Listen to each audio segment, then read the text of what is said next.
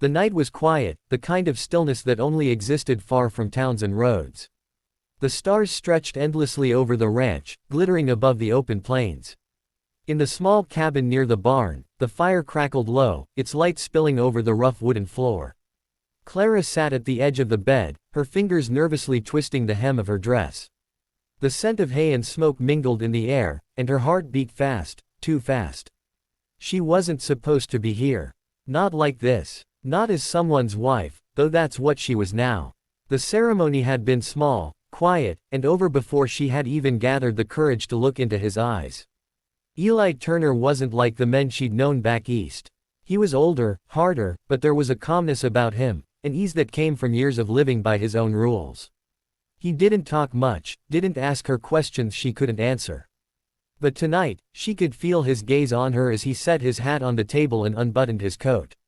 "You look like you're about to run," he said softly, a trace of a smile curving his lips. She swallowed. I don't know how to be a wife." The words came out as a whisper, trembling in the space between them. Eli didn't laugh. He didn't look surprised either. Instead, he stepped closer, his boots heavy against the floor, and stopped just a few inches from her. "Then don't try," he said. "Just lie down and love me." She lifted her eyes, searching his face for cruelty, but found none. There was only patience, a deep kind of understanding that scared her even more than his strength. He didn't reach for her right away. He waited. And somehow, that was what made her heart ache most. When she finally nodded, it wasn't because she knew what to do. It was because she trusted him not to hurt her. The first weeks were the hardest. Clara didn't know how to cook the way ranchers liked. She burned biscuits, spilled milk, and once even tried to scrub his work shirt with lye water until it tore. Each mistake made her cheeks burn with shame. She thought he'd be angry, but Eli never raised his voice. "Let it go," he'd say, picking up the pieces of her ruined chores. "You'll learn when you stop worrying so much." But how could she not worry? The ranch was big, the days long, and she felt small in every corner of it. She'd been an orphan since 15, shuffled from house to house until her aunt sent her west to marry a man she'd never met. Eli was supposed to need a wife, to keep house, cook, maybe give him children someday. But sometimes she wondered if he'd married her just to give her a place to stay. One morning, she woke to find him gone before dawn. The smell of coffee lingered in the kitchen, and a note sat on the table. "Check the east fence if you want to learn what keeps this place alive." Curious, she wrapped herself in a shawl and followed the faint trail toward the rising sun. When she reached the pasture, she saw him, Eli, on horseback, mending a broken section of wire. His sleeves were rolled up, the muscles in his arms taut, his movements steady and sure. He looked up when he saw her, his eyes softening. "Didn't think you'd come," he said. "I wanted to see." He nodded toward the fence post. "Then help me." She hesitated, but when he handed her the wire, she took it. The work was rough. The metal cut her hands, and the cold air stung her cheeks. But for the first time, she didn't feel useless. Eli showed her how to twist the wire tight, how to anchor it to the post, and when they stepped back to see it stand firm, a strange pride swelled in her chest. "You did that," he said. "We did that," she wanted to say, but the words caught in her throat. Over the next few weeks, something shifted between them. They worked side by side, fixing fences, feeding the horses, hauling wood before the storms rolled in. He taught her to ride, and when she fell, he didn't laugh, just helped her up and dusted off her skirt. At night, when the wind howled outside, he'd pull her close without saying a word. The silence between them was no longer heavy, it was home. One evening, after a long day of work, Clara found herself standing in front of the mirror, brushing her hair. Eli came in, smelling of smoke and rain. She caught his reflection behind her and froze. "You're getting strong," he said quietly. She turned, brushing a strand of hair from her face. I want to be what you need." He stepped closer, his hand cupping her cheek. "You already are." Her eyes stung with tears. "But I don't know what I'm doing most of the time." He smiled, small and tender. "You don't have to know. You just have to stay." And she did. Months passed, and the ranch came alive with the rhythm of their days. The horses knew her voice now. The kitchen smelled of her bread instead of smoke. And Eli's eyes lingered on her longer each time she smiled. Then one stormy night, a rider came to the door, one of the ranch hands from a neighboring spread. His arm was bleeding, his voice shaking. "Flood took the bridge, your cattle are trapped by the river." Eli didn't hesitate. He saddled up, pulling on his coat. Clara grabbed his arm. "You can't go alone. I have to," he said. "They'll be swept away if I don't." She didn't think. She just ran after him. The rain was fierce, the wind howling through the valley. By the time they reached the river, the water had risen high, the current thrashing like a beast. Eli shouted orders to the other men, his voice cutting through the storm. Clara stood by the fence, heart hammering, until she saw one of the calves break free, stumbling toward the water. Without a thought, she ran forward. "Clara!" Eli shouted, but it was too late. She was already in the mud, reaching for the terrified animal. The current nearly swept her off her feet, but strong hands caught her from behind.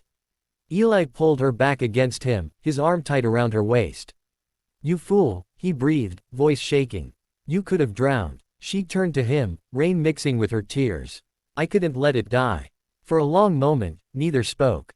The world was roaring around them, but all he could see was her, the woman who had once said she didn't know how to be a wife, now standing knee-deep in storm water, fearless. When the cattle were safe and the storm began to fade, Eli took her hand, fingers intertwining with hers. "You still think you don't know how to be a wife?" She looked at him, mud-streaked and trembling, and shook her head. "Maybe I just needed to learn how to love you." He smiled through the rain, the kind of smile that came from a man who'd finally found his home.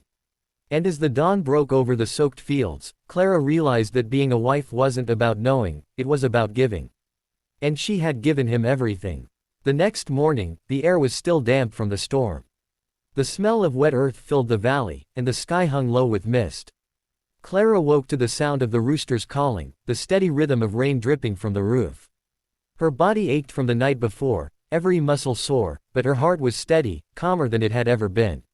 She turned in the bed and saw Eli sitting by the window, his shirt half buttoned, staring out at the fog-covered hills.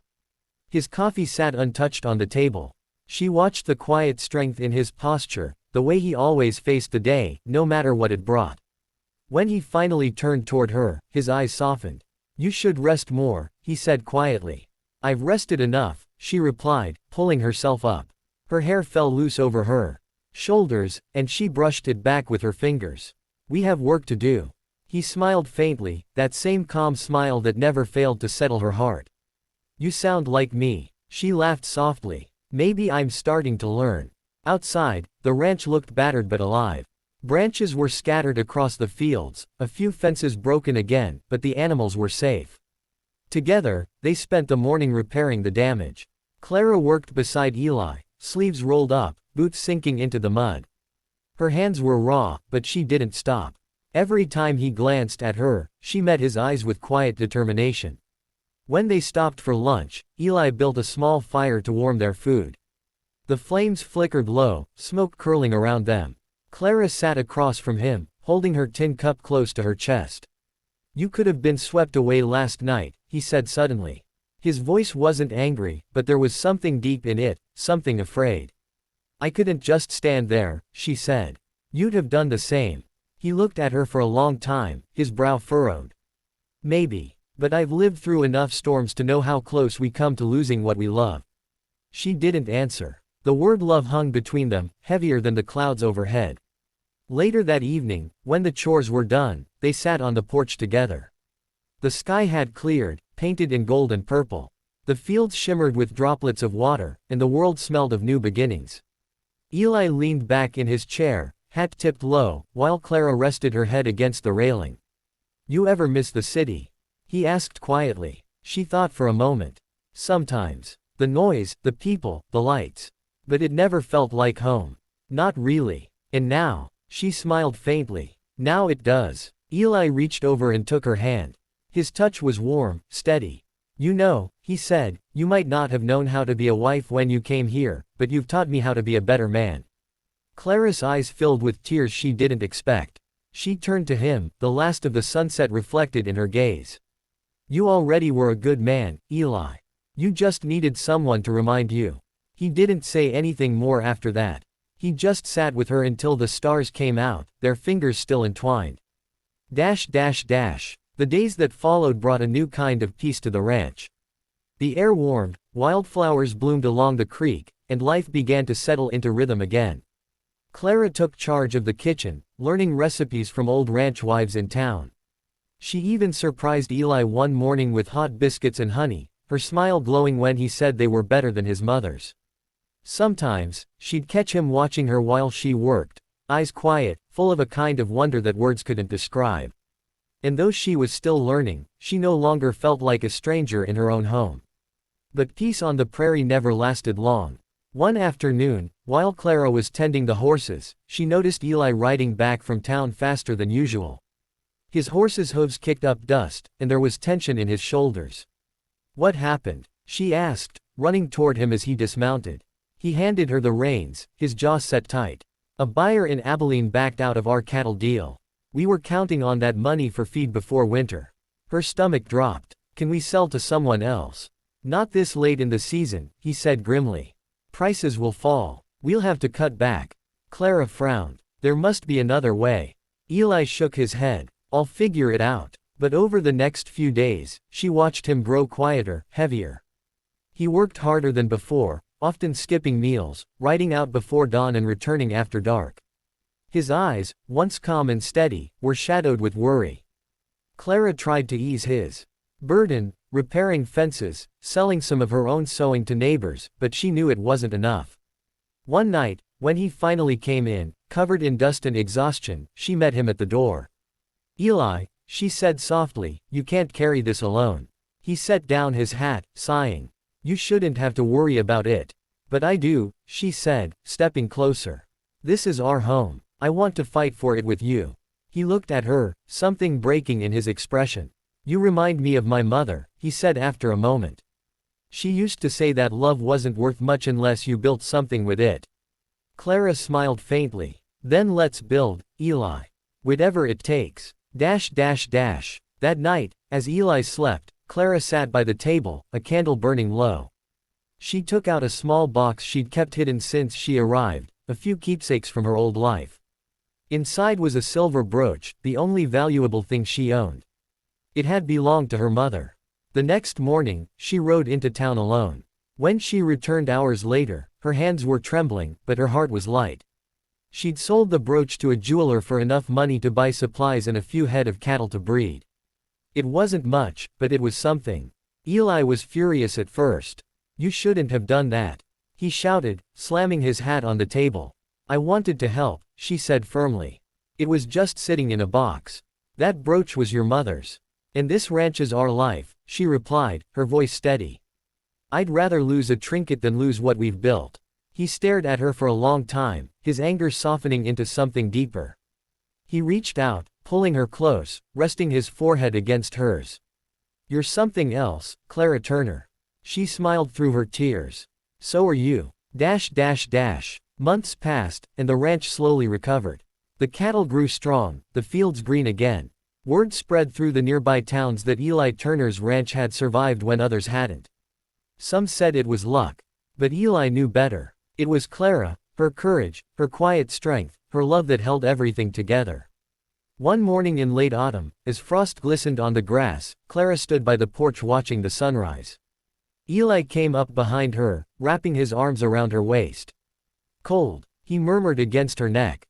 "A little," she said, leaning into him. "Come inside. I've got something to show you." Curious, she followed him to the barn. Inside, nestled in a bed of hay, was a small wooden cradle, hand-carved, polished smooth. Her breath caught. "Eli, what is this?" He turned to her, his eyes soft. "For when the time comes. I wanted to be ready." Her hand went to her stomach instinctively, though she wasn't yet expecting. Tears welled in her eyes as she traced the smooth wood. "You made this," she whispered. He nodded. "Every night after supper. Wanted to surprise you." She turned and kissed him, slow and full of gratitude. For the first time, she saw not just the man who had married her out of quiet need, but the man who had chosen her, every day since. Winter arrived hard that year. Snow blanketed the ranch in white silence, the cold air biting deep. But inside the cabin, warmth bloomed. The fire burned bright, and laughter filled the rooms. Clara had never known what real family felt like until now. One night, after dinner, Eli sat by the fire, carving another piece of wood. Clara curled up beside him with her mending basket. The snow tapped gently against the windows, and the world felt peaceful. "You ever think about what brought us here?"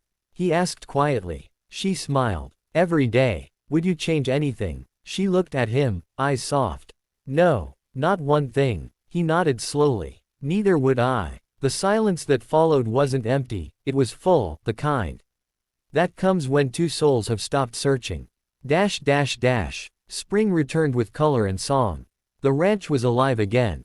Calves ran through the meadows, the river sparkled, and the house smelled of fresh bread and lilac. Clara stood by the porch one morning, watching Eli in the fields, his shirt open to the sun. She'd never get tired of that sight, his easy strength, the way he moved with purpose. When he came back, sweat shining on his brow, he grinned. "You staring again?" "Maybe," she teased. "Can't help it." He chuckled, wiping his hands.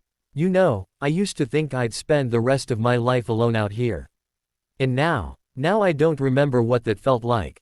She reached up, brushing a strand of hair from his face. "That's because you were never meant to be alone, Eli Turner." He kissed her then, slow and certain, the kind of kiss that said everything words couldn't. Dash dash dash. A year later, as the first leaves of autumn began to fall again, Clara stood on the porch holding a tiny bundle in her arms. The baby's small fingers curled around hers, eyes soft and curious. Eli stood beside her, his hand resting on her shoulder, his gaze full of quiet wonder. "She's perfect," he whispered.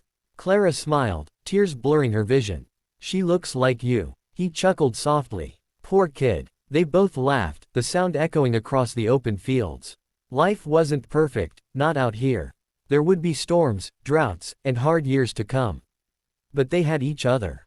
And that was enough. Sometimes, late at night, when Clara rocked their daughter to sleep, she'd think back to that first night, to the trembling girl who had whispered, "I don't know how to be a wife." And she'd smile, because now she understood what Eli had meant all along. Love wasn't about knowing, it was about choosing, every single day. And she would keep choosing him, just as he had chosen her.